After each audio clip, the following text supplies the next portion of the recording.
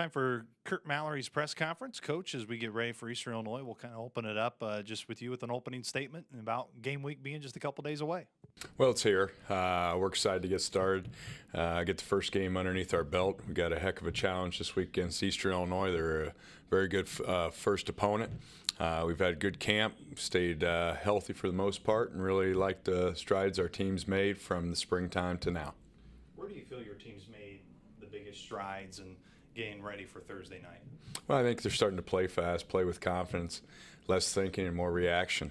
I've been encouraged by the leadership that's taken place with our senior class and continue to develop depth at all positions.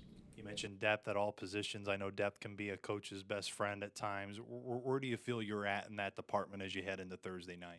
Well, I think we've got good depth at the running back position. I've been really pleased with the quarterback position on the group as a whole, how they've worked together as one. I like the youth and the future of our wide receiver corps. Obviously, we've got two veterans that are going to be playing with Bob Pugh and Curtis Lee, but we've got a good group of young players that are going to have bright futures as Sycamores. We've got an offensive line that's really played well, continuity-wise, staying together. I've been pleased with Jaquette McLennan and the leadership that he's brought to our football team. Up front, I think our front seven has got a chance to be really productive, centered by Norvell. Norvell has been a mainstay in the middle for us the last couple of years. Pleased with the linebackers in the way they've come with Cottrell Moss, JJ, and Jonas. Let's go group. I know we talked about the other day, 52 freshmen on your roster. Yep. I know there's some keys. There's a Rontrez Morgan at wide receiver. You kind of look around and you're kind of looking at Titus at that running back spot, but also on special teams. Just that group as a whole, what have you seen from those 52 freshmen and especially those that many fans are going to see on Thursday? Well, I'll start with the team. We got 23 seniors, and I've been pleased with the way they've come along and led our football team. We do have a drop-off in our junior class with 10 juniors. We have 22 sophomores, and we got 52 freshmen. And those are 52 four-year players that are left. They're going to build the program. We're going to build a championship program. Obviously, those 52 freshmen are going to be a big part of the reason why we get this turned around. To point out one guy, I know it was his birthday yesterday, and Rontrez Morgan being in the starting role right now as a wide receiver. What has he shown you in fall camp? And you obviously didn't have him in the spring, but to see him in fall camp and what he has showcased to be able to be deserving of that role. He's a mature young man. To come in here and to play at this early of a stage, he's very athletic, very fast, got some great quicks, but just his maturity level and being able to handle being in the classroom as a student athlete and being on the football field and being able to juggle both. And I've been really impressed with the way he's come in and approached his business every day. Defensively, talking to Coach Wilson the other day, he's mentioned your guys' style and how you want to play. Knowing so aggressive and in that 4-3 and making that switch, what have you seen from the defense to really get them to that point to where you feel that Thursday night they're going to be that aggressive style that Coach Wilson, of course, wants to implement? Well, we went into it in the springtime that we were going to have a baseline. And if it meant playing one defense, we're going to play one defense. And throughout spring, we didn't put a whole lot in. We wanted to see who could play, number one, and then feel comfortable in what they're doing so they could react and play fast. And then as we got into two-a-days, then we would build our package.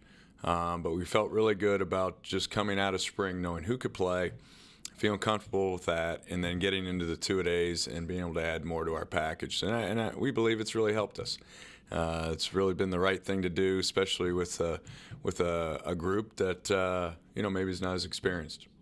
Thursday, excluding the opponent here for a second, it's going to be a PS. We love you, raising awareness for Patrick Barrett, and of course the Barrett family is very well known in this community, and of course with huge Sycamore ties.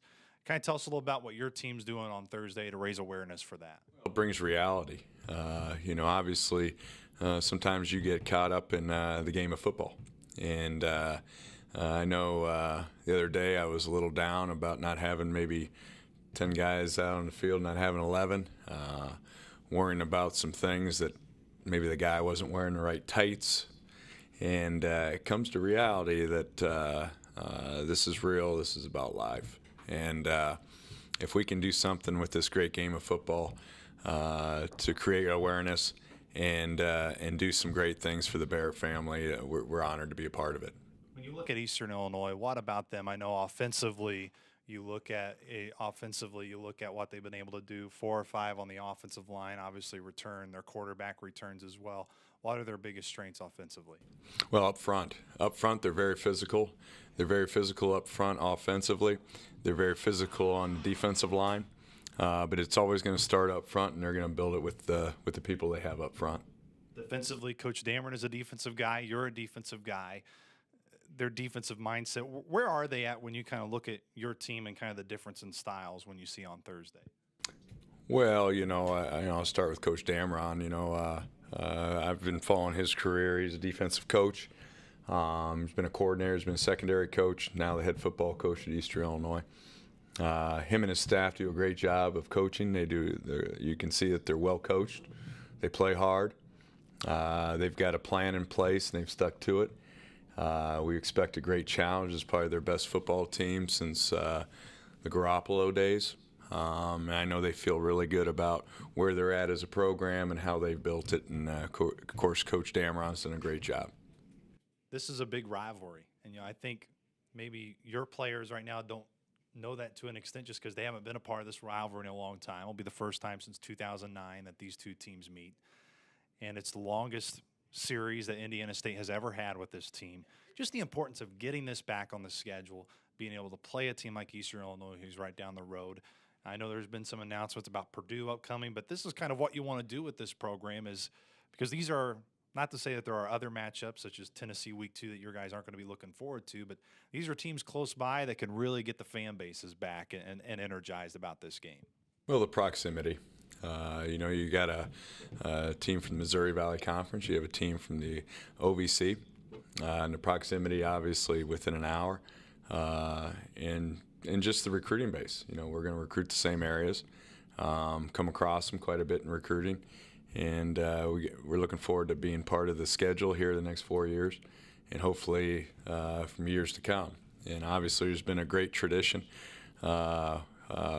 rivalry between the two. You've got Coach Spoo with Eastern Illinois, you got Coach Rates with Indiana State. And those are legendary coaches that have done it right, done it the right way, and in my opinion are Hall of Fame coaches.